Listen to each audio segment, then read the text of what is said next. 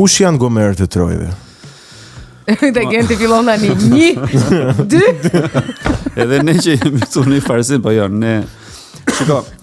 Do të thonë ideja e gomerëve të Trojëve, ajo është bazuar te Iliada. Do të thonë struktura është e Iliadës. Por në thelb gjithë koncepti është ose më saktë nuk ka thjesht një ide, ka disa ide të renditura në për të ku ti kupton se çfarë po themi na ka mbizotruar neve si komb ndër shekuj, ose le të themi të paktën në këto 2 shekujt e fundit që kemi më shumë informacion mbi të kaluarën tonë. Mënyra e leadershipit e njerëzve të cilët dashur pa dashur na kanë udhëhequr dhe se si janë zhdukur, po themi, vlerat e vërteta qofshin edhe ato tribale, dhe midis tyre edhe ka mesazhe të forta për sa i përket mënyrës se si një komb mund të asimilohet, se si mund të gryhet nga brenda, dhe se sa e tmerrshme është që kur futet një kal troje në një qytet me disa vlera, po themi me vlera qoftë antike, historike, po qoftë edhe tradicionale, se si mund të hyjë një kal në barkun e të cilëve nuk janë njerëz të mençur, por janë disa pushtues që në rastin më të mirë janë thjesht pushtues dhe gomer të trash, dhe në rastin më të keq pastaj në këtë gomarlikun e tyre, gomarizmin e tyre, po themi, janë njerëz shumë të rrezikshëm. Domethënë të cilët mund të shkatrojnë troje të tëra. Kjo është dhe arsyeja që është quajtur gomerët e Trojëve dhe jo kali i Trojës. Pra janë shumë troje dhe shumë gomer. Dhe mes rreshtave, mes komedis, ka dhe mesazhe shumë të forta se si disa planet cilat janë bërë për të asimiluar kultura të ndryshme vinë aty, ndërkohë është edhe një mesazh tjetër që ka të bëjë me mëmsinë, me figurën e gruas, e cila shpeshherë domethënë stigmatizohet, duke harruar që tek e fundit nëse ka një krijes mbi tokë, të cilës po themi Zoti i ka dhënë dhuntin që të sjellë jetë të tjera, është gruaja. Sigurisht. Domethënë ne të gjithë jemi bijt e nënave. Pra mesazhet në këtë pikë janë shumë të forta. Dhe mesazhet që një popull ka ardhur koha që duhet i japi njerëzve që i drejtojnë. Ajo sigurisht nuk ka lidhje me Shqipërinë, jo, është. Ajo, domethënë, sigurisht që ka lidhje me Shqipërinë, pa diskutim që ka lidhje me Shqipërinë në radhë të parë, por e parë në një formë pak më të gjerë, ka lidhje me çdo lloj kombi, sepse në qoftë se po themi këtu flitet shqip dhe ka lidhje me Shqipërinë, në qoftë se do ta vinim në një gjuhë tjetër, kjo do kishte lidhje edhe me Kanadan ku jetoj unë, ku momentalisht dhe popullata kanadeze në sensin njerëzit janë pak amorf ndaj njerëzve që i drejtojnë dhe shikojnë se si po degradon shoqëria njerëzore në përgjithësi, se si kemi ca lider të cilët janë si kalamaj që mendojnë se mund të luajnë me jetët e njerëzve siç do luanin në breg të detit me disa lodra, duke bërë kështjella rëre, duke i shkatruar pa pikën e përgjegjësisë, duke përdorur njerëzit si figurina dhe duke i masakruar lart e poshtë, duke bërë qoftë në formën e genocideve, qoftë në formën e luftrave. Pra në thelb, pavarësisht se është komedi, është goxha, domethënë përcjell mesazhe goxha të forta. Dhe ajo që po ju thosha edhe pak më parë, un kam pasur gjithmonë qejf që të alternoj disa elemente në komeditë e mia, që të kuptoj, po themi, edhe ai që kupton në mënyrë të cekët, të qeshi, po them të argëtohet, por të bëj edhe të futet edhe në mendime, për aq sa mund të mendoj, ashtu dhe për atë që është një njeri, po themi, që ka një lloj intelekti më të zhvilluar dhe që e kupton që nuk është thjesht një komedi, por pas ka disa mesazhe shumë të forta dhe pas ka disa tronditje për t'u zgjuar. A mendon që ka qenë, besoj, po të pyes ty tani, se tjetër gjë çfarë mendoj unë dhe tjetër gjë ti që je i zoti i punës, i zoti i veprës. Që aty tregohet edhe fakti që sot shoqëritë masivisht, të rinjt masivisht janë të depolitizuar në kuptimin që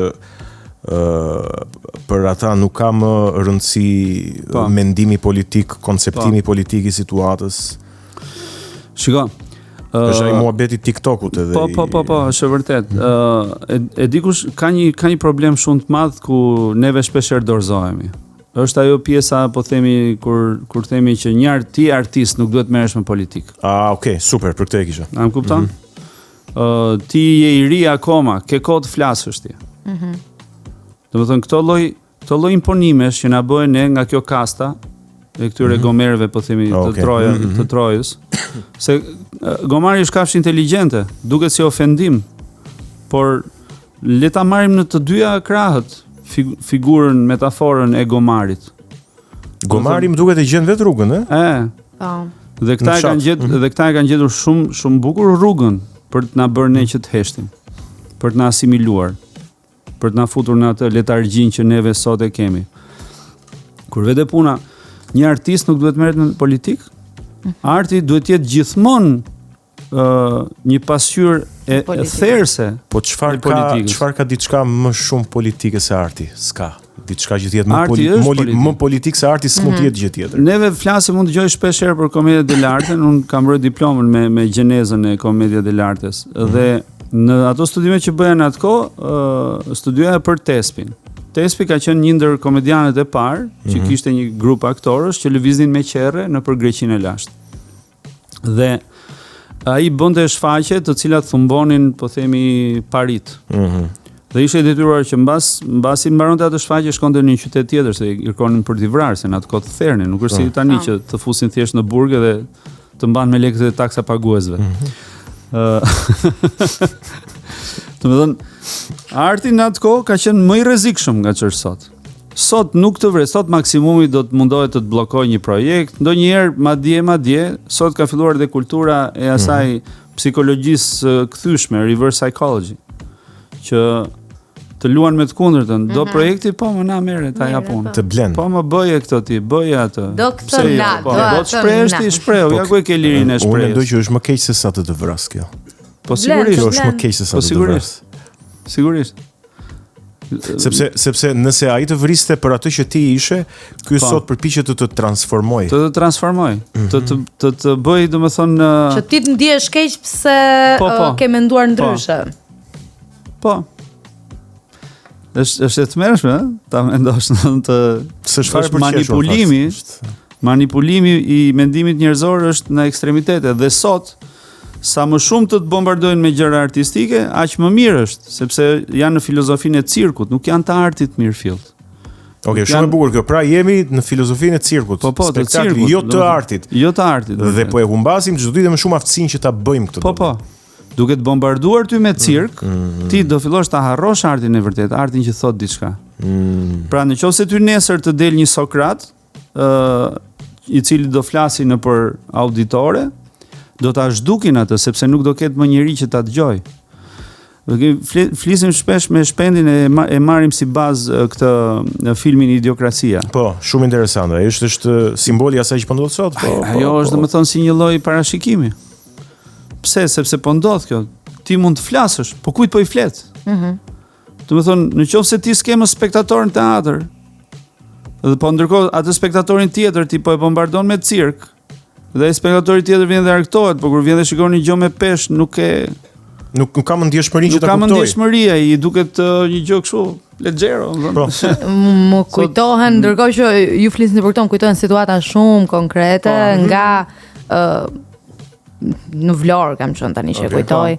Nga një ngjarje e rëndë që vini shpesh në Vlorë. Nga një ngjarje e rëndë që kishte ndodhur gjatë ditës edhe ishin shumë të indinjuar, pastaj u organizua një festë, të gjithë harruan atë ngjarjen e rëndë që kishte ndodhur gjatë ditës dhe ti e gjeje sheshin të mbushur me mbeturina nga njerëz që kishin shijuar, kishin ngrënë, kishin pirë, kishin kërcyer dhe që kishin harruar mbi gjithçka tjetër se ç'ishte bërë. Shiko, kam një nga tematikat që trajtohet ke gomerët e trojeve është edhe çështja e të kaluarës. Unë për shembull ndonjëherë njerëzit kujtojnë se unë kam personale këtë gjë, se s'tu përmend emri diku apo kështu, por mendimi im është shumë më I thellë se kaq. Kjo është mendor cek. Nëse ti mundohesh që ta shmangësh dhe ta zhbësh të kaluarën, ti mendon që do ndërtosh një të ardhme të shëndetshme? Jo. Ti duhet ta marrësh të kaluarën me të mirat dhe të metat e saj, dhe të thuash 1, 2, 3, 4, 5 gjëra, ti pranosh, ta analizosh, ta pranosh, dhe aty të fillosh të mendosh pasaj Çfarë duhet bëjmë ne që në të ardhmen të mos na ndodhi më një gjë e tillë? Domethënë, dhe për këtë duhet njohur e kaluara. Nuk duhet mohuar e kaluara. Ne po flisnim çfarë për portokallinë për shembull. Dhe dolëm në biseda që para portokallisë. Dhe këto janë gjëra që duhen thënë. Pse duhen thënë? Që brezat që të vinë, po marrim atë me që ishte bisedë konkrete, se që brezat që të vinë t'i dinë gjërat ashtu siç janë. Që mos të dalin nesër pas nesër ca filozof banaqesh edhe të shpikin ëndra me sy hapur për sa i përket projekteve. Ose t'i japin një rëndësi vetes që nuk e kanë pasur ndonjëherë, apo të marrin përsipër gjëra që si kanë bërë. Meritat e dikujt tjetër. Duhet zhvillohet meritokracia, se këtu s'ka meritokraci. Nesër, nëse ti do të më krahasosh mua, po themi, me një regjisor, e zëm ti do të bësh kritik dhe të më krahasosh mua me një regjisor tjetër. Po marrim më të thjeshtë, ne që jemi brenda fushës. Ti mund të krahasosh mua me një regjisor të brezit tim. Ti do bësh gafë të madhe nëse më krahason mua me një regjisor nga Tirana Agnostin për shembull. Më të madh se unë ose një regjisor më të vogël se unë. Se jemi breza komplet të ndryshëm. Unë jam një brez që mbaj mend, po të them unë 17 maj, çfarë të kujton ty? Ti je brez tjetër për shembull. 17 maj Paradon, ty çfarë të kujton 17 maj? Teatrin, shëmbën e teatrit. Shëmbën e teatrit. Mua më kujton marrëveshjen në Rama Basha. Ku shëmbën të gjitha këto dhe u ngritën këta që thua ti. A kupton sa të thella është? Asa i madhe. Dikujt tjetër që është 50 e kusur vjeç, i kujton pallatin 176. Që është batuta e famshme Fredi Elsa, Eva Likaj me Gzim Rudin, që i thot, do të thënë Fredi 17 maj. Sa bukur. Po si e kjo ishte shumë e bukur kjo. 17 maj vite të ndryshme, ngjarje të ndryshme. Po a kanë lidhje këto të gjitha me njëra? Nuk e di. Këtë s'di ta them sepse aty pastaj bëhemi kështu konspirativ komplet, aty të thrasim Fred Çakon të sharo këtë. Bëni ke ftesën për të ardhur në emision. Ai është më brenda konspiracionit. Po realisht, domethënë 17 maj, se unë e trajtoj edhe në vepër, te Gomerët e Trojave trajtohet edhe çështja e 17 majit. Mirë, po domethënë në mënyrë figurative vjen ajo, kupton? Dhe gjithse kujt i kujton nga një gjë kjo 17 maj. Po unë e kisha më të freskët, nga që ishte. I ke më të freskët. Jo shumë kohë më përpara, kurse teatri ndodhi dhe u harrua pastaj kështu. Jo, sigurisht, teatrin e shëmbën nga brenda, nuk e shëmbën nga jashtë. Nëse po të gjitha kanë një lidhje që ka të bëjë me minutat e fundit. Unë kam parë disa intervista agente dhe tek gjitha vura re një detaj që nuk e ke me vete, gjithkund ke ose xhupin, ose bluzën Harley Davidson. Pse harrove sot? Jo, nuk e harrova, jam bërë gjitha për të larë. Dhe thash më mirë pa logo. Si ka nisur ky pasioni yt për motorin? Po është i hershëm, është motoristi fantazm? Jo, faktikisht domethënë ka qenë në familje, domethënë nga te gjyshrit nga ana mamas jam rritur unë, gjyshi im ka pas gjithmonë motora për një periudhë gjatë kohë dhe unë mbaj mend ato fotografitë që shikoja atëre. Domethënë ishte gjithmonë ky pasioni, kështu shikoja Dajen që merrte në motor, shikoja po themi i mat më rrallë. Dhe ka qenë si në kështu, dhe gjithmonë e kam pas si një lloj qefi, si një lloj po themi shkëputje nga realiteti, një lloj terapie. Domethënë është një lloj terapie në thelb motori. Ndoshta unë mund të jem person i gabuar dhe nga ana etikës duhet thosha që motori është terapi, sepse po që si dramaterapist nuk do duhet ta thosha këtë, po realisht për shembull për mua është terapi. Domethënë nuk e kam parë si një mjet ekzibicioni, edhe pse sigurisht që Harley është goxha i dukshëm si motor. Domethënë qoftë nga zhurma, qoftë nga dizajni, është Harley, Po, unë ka shumë vite që domethënë nuk përdor motorat motori që ke atje në Kanada. Është Harley dhe ai. Është motori që kam pasur në Shqipëri. Kur ika unë domethënë që vendos aty ka e mora me vete. Po. Se më tha Joy faktikisht, se unë nuk doja ta merja, po më tha ku do shkojmë ne pa dashnoren tate. Sa e mirë kuptueshme që është si grua, mor buri dhe. Po sigurisht nga që është prej hekur. Ndryshonte puna. Ti Viola do ishe kaq i mirë kuptueshme? Patjetër. Okej. Patjetër. Po mirë. Apo varet nga dashnoria, nga lloji dashnores. Po varet nga, po t'ishte dashnoria motor, patjetër do isha i mirë kuptueshme, thash, nuk thash do isha i mirë kuptueshme nëse do ishte. Madje mund ta përdorim të tre. Po, ja, domethënë ky është, domethënë kam parë gjithmonë kështu si një lloj terapie, një lloj pastaj u kthye në pasion, domethënë edhe me klubin që krijuam në atë kohë me çunat në fillim edhe që vazhdon sot e kësaj dite me Steel Wingsin. Kështu që po të nisesh tani me motor. Po. Edhe të kisha kohë të lirë pafund. Po. Çfarë do bëje?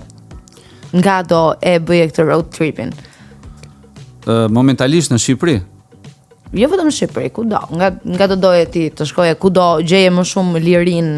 Po un kam lëvizur në shumë vende faktikisht. E zëm për shembull andej në shtetet në Kanada dhe në Shtetet e Bashkuara kam dalë shpesh dhe ka rrugë vërtet shumë të bukura mes pyjesh, liqene, lumenj, domethënë kur shkon këto pjesa po themi dhe oqeanit e këto.